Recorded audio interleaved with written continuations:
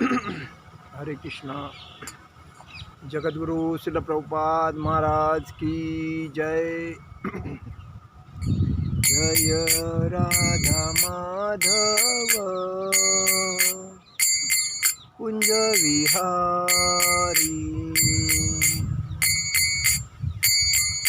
जय राधा माधव कुंज विहारी। गोपीजन वल्लभा गिरिवरधारी। गोपीजन वल्लभा गिरिवरधारी। यशोदानंदन ब्रज जनरंजन। यशोदानंदन ब्रज जनरंजन। यमुना तीरा वनचारी। यमुना तीरा वनचारी। जय राधा माधव कुंज विहारी। हरे कृष्णा कृष्णा कृष्णा हरे हरे। हरे राम राम राम हरे हरे। हरे कृष्णा कृष्णा कृष्णा हरे हरे। हरे राम राम राम हरे हरे। हरे कृष्णा कृष्णा कृष्णा हरे हरे। हरे राम राम राम हरे हरे। जय ओम विष्णुपाद परमहंस परिव्राजकाचार्य अष्टोत्तर शत श्री श्रीमद भक्ति वेदांत स्वामी श्री प्रभुपाद महाराज की जय। जय ओम विष्णुपाद परमहंस परिव्राजकाचार्य अष्टोत्तर शत श्री श्रीमद भक्ति सिद्धांत सारस्वती ठाकुर श्री प्रभुपाद महाराज की जय। नामाचार्य हरिदास ठाकुर की जय। प्रेम से कहो श्री कृष्ण चैतन्य प्रभु नित्यानंद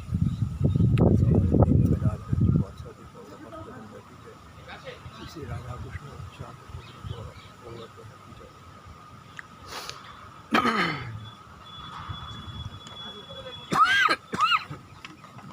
वृंदावन धाम की जय। नवदीप धाम की जय। अयोध्या धाम की जय। मथुरा धाम की जय। तुलसी देवी की जय। यमुना देवी की जय। भक्ति देवी की जय। हरिनाम संकीर्तन की जय। समवेद भक्त वृंद की जय। समवेद भक्त वृंद की जय। समवेद भक्त वृंद की जय। श्री गुरु गौरांग की जय। और प्रेमानंद हरि हरि को। ओम अज्ञानतिमिरान्धस्य ज्ञानञ्जनशलाकया चक्षुरुन्मिलितं तस्मै श्रीगुरुवे नमः। श्रीचैतन्यमनोभीष्टस्थापितस्य भूतले स्वयरूपकदां तदपि स्वपदान्तिकं वन्देह श्रीगुरुवैष्णवं। वन्देह श्रीगुरु श्रीयुतपदकमल श्रीगुरुवैष्णवांच श्रीरूपसाग्रजात सहगणरघुनाथां सञ्जीवं साद्वैत सावधूत परिजनसहित कृष्ण चैतन्य श्री राधा कृष्ण पादान सहगण ललिता विशाखान्वितांच। हे कृष्ण करुणा सिंधु दीनबंधु जगतपते गोपेश गोपिका कांत राधा कांत नमस्ते। तप्त कांचन गौरांगी राधे वृंदावनेश्वरी विशुभानुसुते देवी प्रणमामि हरिप्रिये। वाञ्छाकल्पतरुभ्यश्च कृपा सिन्धुवे भवच पतितानां पावनेभ्यो वैष्णवेभ्यो नमो नमः। नमो महावदन्याय कृष्ण प्रेम प्रदाय दे कृष्णाय कृष्ण चैतन्य नामने गौरंशिवे नमः। जय श्री कृष्ण चैतन्य प्रभु नित्यानंद श्री अद्वैत गदाधर श्रीवासादि गौरभक्तवृंद। हरे कृष्ण कृष्ण कृष्ण हरे हरे। हरे राम राम राम हरे हरे। हरे कृष्ण कृष्ण कृष्ण हरे हरे। हरे राम राम राम हरे। श्री श्री गौरनिताई भगवान की जय। श्री कृष्ण बलराम जी भगवान की जय। ललिता विशाखा श्री श्री राधा श्याम सुंदर जी भगवान की जय। श्री जगन्नाथ जी, सुभद्रा, बलदेव जी भगवान। ओम नमो भगवते वासुदेवाय, ओम नमो भगवते वासुदेवाय, ओम नमो भगवते वासुदेवाय। आज हम लोग भगवद गीता के 16वें अध्याय पे बात करेंगे। जो शारीरिक जीवन में संभोग सातत्य से करना अच्छा है या गलत है, उसके ऊपर हम लोग बात करेंगे। आदमी के अंदर कौन से गुण होने चाहिए, तो उसके ऊपर बात करेंगे। हरे कृष्ण। श्री भगवान उवाच अभय सत्व संश्रुद्धि ज्ञान योग व्यवस्थिति दान दमच्छ यज्ञच्छ स्वाध्यायस्तप आर्जवम् अहिंसा सत्यम क्रोध स्तागः शान्तिरपैनुत्मनम दया भूतेश लोलुप्त मार्दवहिरचापलम् तेजः क्षमाधुतिः शोचमद्रोह नातिमानिता भवन्ति संपद दैवीम भिजातस्त भारतः। श्री भगवान उवाच अभय सत्व संश्रुद्धि ज्ञान योग व्यवस्थिति दान दमच्छ यज्ञच्छ स्वाध्यायस्तप आर्जवम् अहिंसा सत्यम क्रोध त्यागः शान्तिरपैनुत्नम दया भूतेष्व लोलुप्य मार्दवहिरचापलम् तेज क्षमा धुति शौच मद्रोहो नातिमानिता भवन्ति संपद दैवीमभिजातस्त भारतः। श्री भगवान वाच, भगवान ने कहा अहम अभयम म्हणजे निर्भयता, सत्वस्व संश्रुद्धी अपने अस्तित्व की, ज्ञान ज्ञान योग संयोग व्यवस्थिती म्हणजे स्थितानम म्हणजे दान, दम म्हणजे मन निग्रह, स म्हणजे तथा, यज्ञ म्हणजे यज्ञ की संपत्ति, स म्हणजे तथा, स्वाध्याय वैदिक ग्रंथों का अध्ययन, तप तपस्या, जवन सरलता, हिस्सा हिस्सा, सत्यम सत्यता, क्रोध क्रोध से मुक्ति, त्याग त्याग, शांति मन शांति, अपेश नुष्णम छिद्रान्वेषण से रुचि, दया करुणा, भूतेषु समस्त जीवों के प्रति अलौलुप्वम लोभ से मुक्ता, मार्दवम म्हणजे भद्रता, ही म्हणजे लज्जा, अचापलम म्हणजे संकल्प, तेज म्हणजे तेजबल, क्षमा म्हणजे क्षमा, धृती म्हणजे धैर्य, शोचम पवित्रता, अद्रोह ईर्ष्या से मुक्त, नहीं म्हणजे अति म्हणजे मान्यता, सन्मान अतिमानिता सन्मान की आशा, भवंती म्हणजे हे संपदम गजगुण, दैवी म्हणजे दिव्य स्वभाव, अभि जातस्थ म्हणजे उत्पन्न हुए का, भारत म्हणजे हे भरतपुत्र। भगवान ने कहा हे भरतपुत्र, निर्भयता, आत्मशुद्धि, आध्यात्मिक ज्ञान का अनुशीलन, दान, आत्मसंयम, यज्ञपरायणता, वेदाध्ययन, तपस्या, सरलता, अहिंसा, सत्यता, क्रोध विहीनता, त्याग, शांति, छिद्रान्वेषण में अरुचि, समस्त जीवों पर करुणा, लोभ विहीनता, भद्रता, लज्जा, संकल्प, तेज, क्षमा, धैर्य, पवित्रता, ईर्ष्या तथा सम्मान की अभिलाषा से मुक्त, ये सारे दिव्य गुण है जो दैवी प्रकृति से संपन्न देवतुल्य पुरुष में पाए जाते हैं। ये जितने गुण अभी जो बताया है वो कौन से, जो देवता जैसा जो रहता है उस पुरुषों में पाए जाते हैं, उसमें ये वो सत्वगुणी रहता है, उसमें पाए जाते हैं। 15वें अध्याय में प्रारंभ में इस भौतिक जगत की रूपी अश्वस्थ वृक्ष की व्याख्या की गई है। उसे निकलने वाली अतिरिक्त जड़ों की तुलना जीवों के शुभ तथा अशुभ कर्मों से की गई है। 90वें अध्याय में देवों तथा असुरों का वर्णन हुआ है। जब वैदिक अनुष्ठानों के अनुसार सतोगुणी के लिए किए गए सारे कार्य मुक्ति पर में प्रगति करने के लिए शुभ माने जाते हैं और ऐसे कार्यों को दैवी प्रकृति कहा जाता है। जो लोग इस दैवी प्रकृति में स्थित होते हैं मुक्ति के पथ पर अग्रसर होते हैं। इसके विपरीत उन लोगों के लिए जो रजो तथा तमो में रहकर, रजोगुण तमोगुण में रहकर कार्य करते हैं,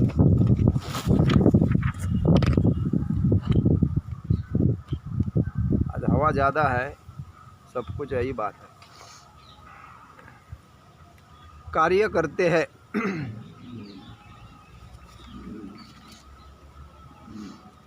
मुक्ति की कोई संभावना नहीं रहती।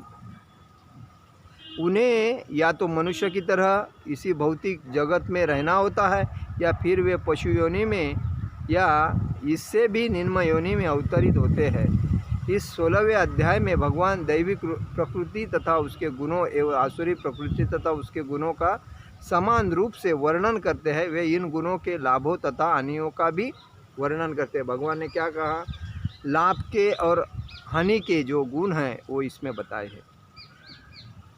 दिव्य गुणों दैवी प्रवृत्तियों से युक्त उत्पन्न व्यक्ति के प्रसंग में प्रयुक्त अभिजातस्थ शब्द बहुत सार गर्भित है। दैवी परिवेश में संतान उत्पन्न करने की जैवी शास्त्रों में गर्भाधान संस्कार कहा गया है। यदि माता पिता चाहते हैं कि दिव्य गुणों से युक्त संतान उत्पन्न हो तो उन्हें सामाजिक जीवन में मनुष्यों के लिए बताए गए 10 नियमों का पालन करना चाहिए। भगवद गीता में हम पहले ही पढ़ चुके हैं कि अच्छी संतान उत्पन्न करने में निमित्त मैथुन जीवन साक्षात कृष्ण है। मैथुन जो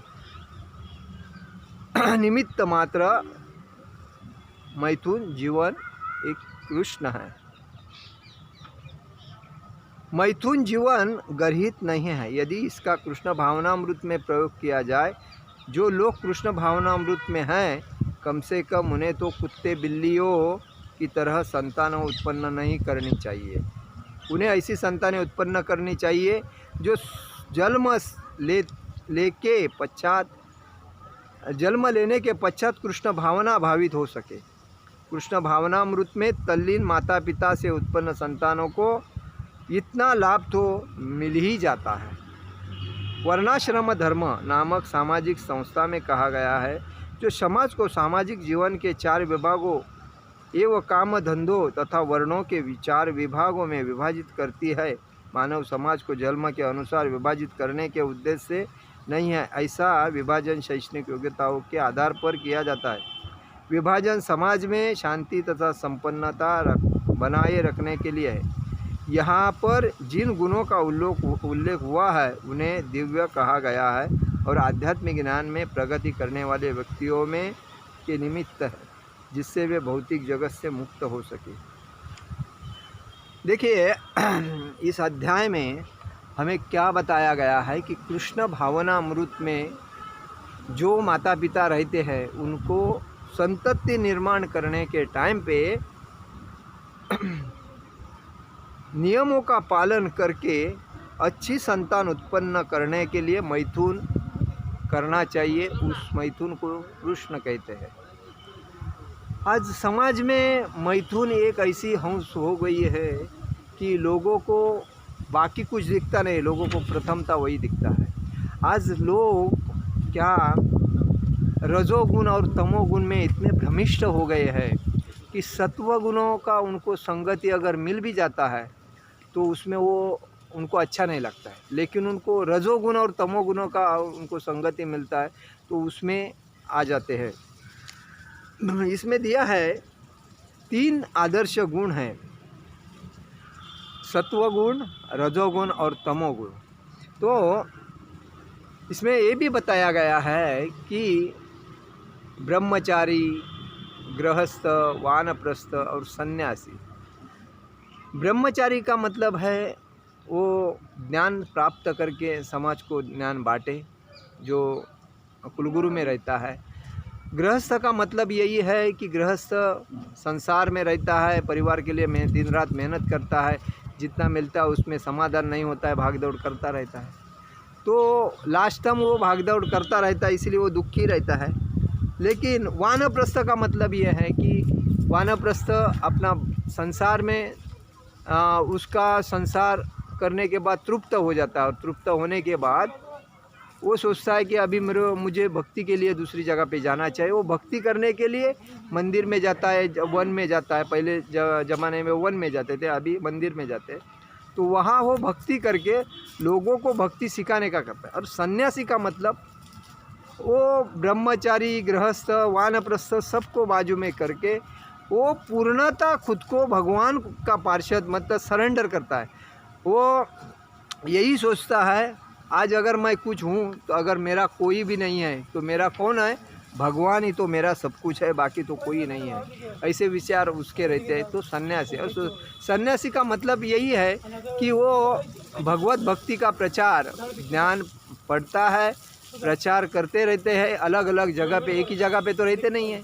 वो बार बार यहाँ से वहाँ, वहाँ से यहाँ, अलग अलग जगह पे जाके वो भक्ति का प्रचार करते हैं, क्योंकि वो भगवान के ब्राह्मण से भी उच्च वही होते हैं सन्यासी। तो वैष्णव सन्यासी वैष्णव होते हैं, वो शुद्ध भक्त होते हैं सन्यासी, इसीलिए उनको ब्राह्मण से भी शुद्ध कहा गया है। तो उनका समाज में कर्तव्य क्या है? सन्यासी का कर्तव्य है कि कोई भी जगह पे जाएंगे वो भगवत भक्ति का प्रचार करेंगे, कृष्ण भक्ति का प्रचार करेंगे, और कृष्ण भक्ति कितनी श्रेष्ठ है वो उनको बताएंगे।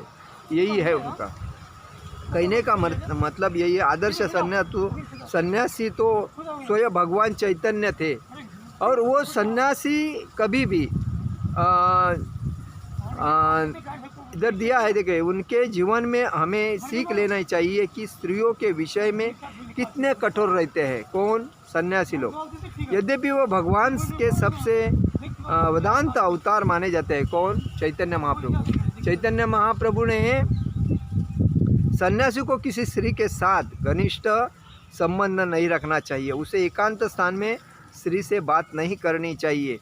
भगवान चैतन्य आदर्श सन्यासी थे, और जब वे पुरी में रहते थे तो उनकी भक्तिनों को उनके पास नमस्कार करने तक के लिए नहीं आने को मिलता था।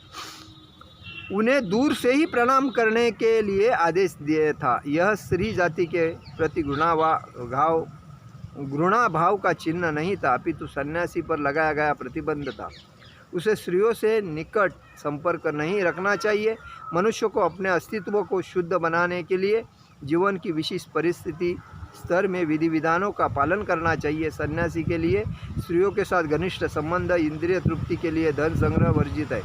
देखिए सन्यासी का मतलब, सन्यासी ये शुद्ध भक्त क्यों है? क्योंकि वो स्त्री से कभी बात नहीं करेंगे, स्त्री से कभी नज़दीक रह जाएंगे, और स्त्री को कभी नज़दीक नहीं लेंगे। वो धन संग्रह नहीं करेंगे। जब उनके पास धन भी आता है तुरंत वो देनगी स्वरूप में दे देते हैं। और सन्यासी कभी भी एकांत में महिलाओं के साथ बात नहीं करेंगे। ये क्यों होता है? क्योंकि ये भगवान के पार्षद है। और इसीलिए जब चैतन्य महाप्रभु के एक जो भक्त थे, उनका एक निजी पार्षद छोटा हरिदास था, अन्य पार्षदों सहित उनके साथ निरंतर रहता था। लेकिन किसी कारणवश उसने एक तरुणी को कामुक दृष्टि से देखा।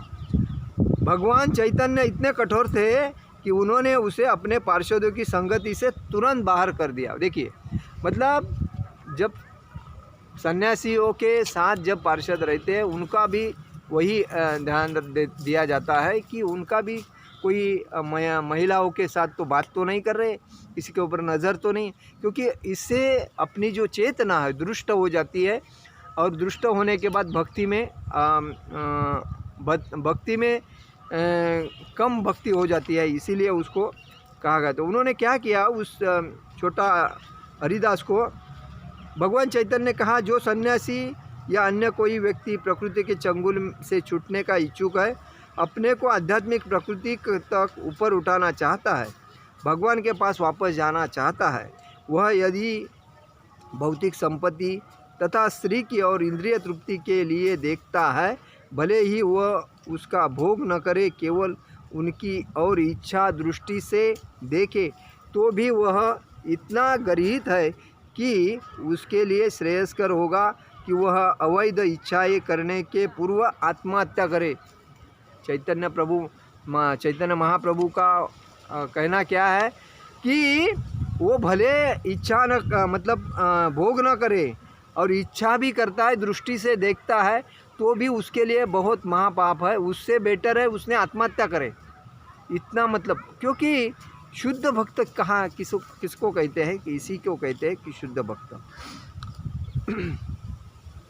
तो हमें यही सीख मिलती है कि कभी भी हमें, और दूसरी बात क्या है कि जो भक्ति में आता है तो इसमें ये भी दिया गया है कि दान, अगला दान गृहस्थों के लिए, एक गृहस्थों को चाहिए कि वे निष्कपटता से जीवन यापन करना सीखे और कमाई का 50% विश्व भर में कृष्ण भावनामृत में प्रचार में खर्च करे। देखिए इसमें क्या कहा गया है, जो आदमी कमाता है, गृहस्थ आदमी, उसका 50% भाग जो है कमाई का भाग वो कृष्ण भक्ति में उसने दान देना चाहिए, और 50% अपने खुद के लिए रखना चाहिए। 25% खुद के लिए, 25% फैमिली का खर्चा के लिए, ऐसा बात है। और जहाँ तक आत्मसंयम का प्रश्न है, धार्मिक समाज में आश्रमों के तहत लिए अपितु गृहस्थ में उसका कहा गया है कि पत्नी, गृहस्थ की पत्नी होती है, लेकिन उसे चाहिए व्यर्थ अपने इंद्रियों को विषय भोग की ओर न मोड़े। गृहस्थों पर भी मैथुन जीवन के लिए प्रतिबंध है और इसका उपयोग केवल संतान उत्पत्ति के लिए ही करना जाना चाहिए। संभोग, इंद्रिय तृप्ति के लिए जो लोग संभोग करते हैं वो खाली संतान उत्पन्न करने के लिए करना चाहिए, अन्यथा नहीं करना चाहिए। उसके लिए वो प्रतिबंध करना चाहिए। गृहस्थों भी मैथुन जीवन के प्रतिबंध है और इसको उपयोग केवल संतान उत्पत्ति के लिए किया जाना चाहिए। यदि वह संतान नहीं चाहता है तो उसे अपनी पत्नी के साथ विषय भोग के लिप्त नहीं होना चाहिए। देखिए इधर का क्या बताया है कि अगर वो संतान नहीं उत्पन्न करता है तो उसे विषय भोग नहीं करना चाहिए। ये बहुत बड़ा अपराध, पाप है।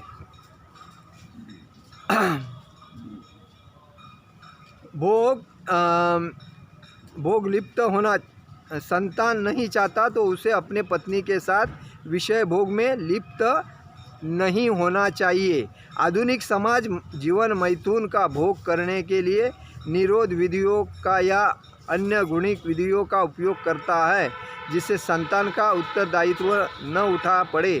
आजकल लोग भोग जो करते हैं वो भोग में निरोध यूज़ करते हैं और क्या क्या आया है उसको करके भी भोग की तृप्ति करके, तो वो संतान की उत्पत्ति करने के बाद उसका पालन पोषण नहीं करने को होएगा, खाली मौज करेंगे, छोड़ देंगे, तो भी वो अतिशय घृणास्पद है। जिसे यह दिव्य गुण नहीं अपितु आसुरी गुण है। ये गुण कौन से? आसुरी, राक्षसी गुण है। ये जो लोग करते हैं, जो संतान उत्पत्ति करने के लिए जो अगर भोग करता है वो सही है। अगर जो संतान उत्पत्ति नहीं करने के लिए भोग करता है, खाली भोग कर रहे हैं और मौज कर रहे हैं, तो वो आसुरी राक्षसी प्रवृत्ति है। और राक्षसी प्रवृत्ति में आदमी तमोगुणी होता है और वो उसके दिमाग में जो भी होता है वो राक्षसी युगी है। राक्षस किसको कहा जाता है वह तो आपको सबको मालूम है। यदि कोई व्यक्ति चाहे वह गृहस्थ ही क्यों न हो, आध्यात्मिक जीवन में प्रगति करना चाहता है तो उसे अपने मैथुन जीवन पर संयम रखना चाहिए और ऐसी संतान नहीं उत्पन्न करनी चाहिए जो कृष्ण की सेवा में काम ना आए। आजकल लोगों के पास बच्चे हैं, 4 है, 5 अच्छे, लेकिन कृष्ण भक्ति का नाम निकाला तो वो भाग जाते हैं। तो ऐसी संतान मूत्र के समान है। किसके समान है? मूत्र के। और पुत्र के समान कौन सी संतान है?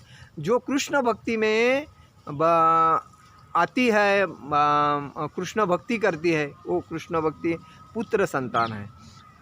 यदि वह ऐसी संतान उत्पन्न करता है जो कृष्ण भावना भावित हो सके तो वो सैकड़ों संतानें उत्पन्न कर सकता है। देखिए इसमें बताया है, अगर वो भोग करना चाहता है तो कर सकता है, लेकिन उसने संतान उत्पन्न करने के लिए भोग करना चाहिए, न कि व्यर्थ भोग करना चाहिए एक आसुरी प्रवृत्ति, राक्षसी प्रवृत्ति के लिए। तो अगर वो संतान उत्पन्न नहीं करना चाहता है तो वो कितना भी कर सकता है, उसकी मर्जी, उसको पालन पोषण करने की उसकी हैसियत है, वो आराम से करता है तो 100 भी कर सकता है। लेकिन ऐसी क्षमता के बिना किसी को इंद्रिय सुख के लिए, काम भोग के लिए लिप्त नहीं होना चाहिए। लेकिन कभी भी मतलब व्यर्थ संभोग नहीं करना चाहिए, ये महत्व। आज समाज में जो लोग रहते हैं वो खाली इंद्रिय तृप्ति के लिए माताओं के ऊपर देखते हैं, अपना इंद्रिय एक दिन का तृप्त हो गया, 2 दिन का तृप्त हो, उसके बाद उसके ऊपर दुर्लक्ष करते, उसको छोड़ देते, तीसरी को देखते हैं। तो ये जो समाज में जो गलत है, ये राक्षसी वृत्ति है। और राक्षसी वृत्ति से आदमी एकदम नीच योनि में जन्म लेता है और बाद में अपने पुनरच जन्म पुनरच मरण इस चक्र में फंस जाता है।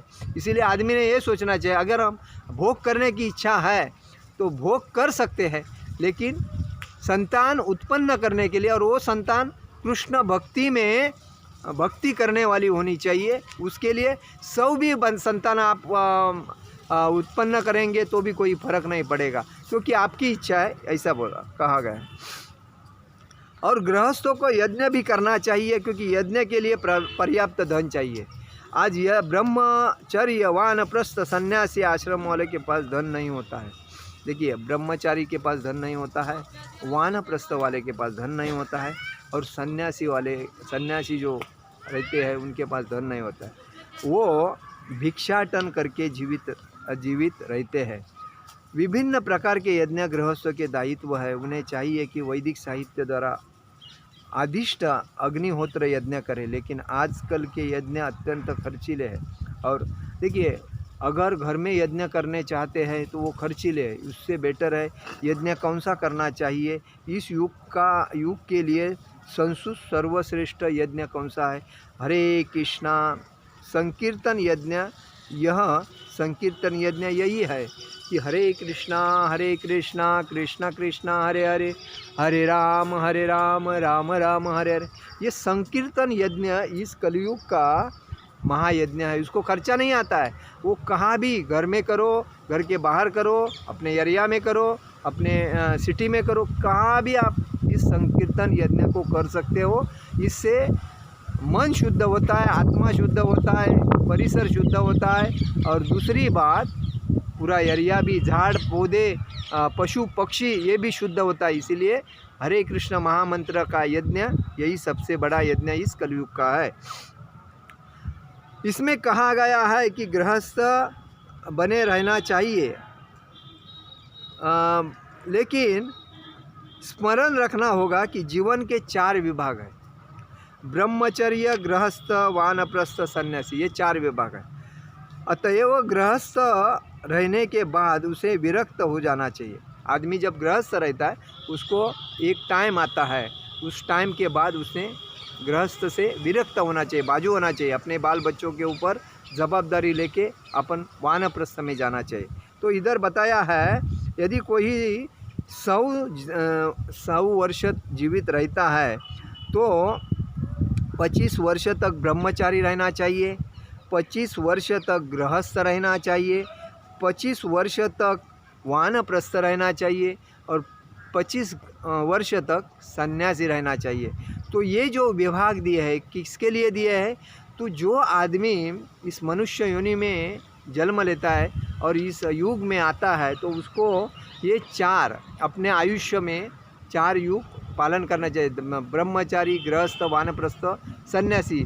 और उसने 25-25 साल जो बताया, अगर 70 साल है तो उसने उस बेसिस पे चलना है। 25 साल है, 50 साल है, सॉरी, तो वो हिसाब से उसने वो करना चाहिए। तो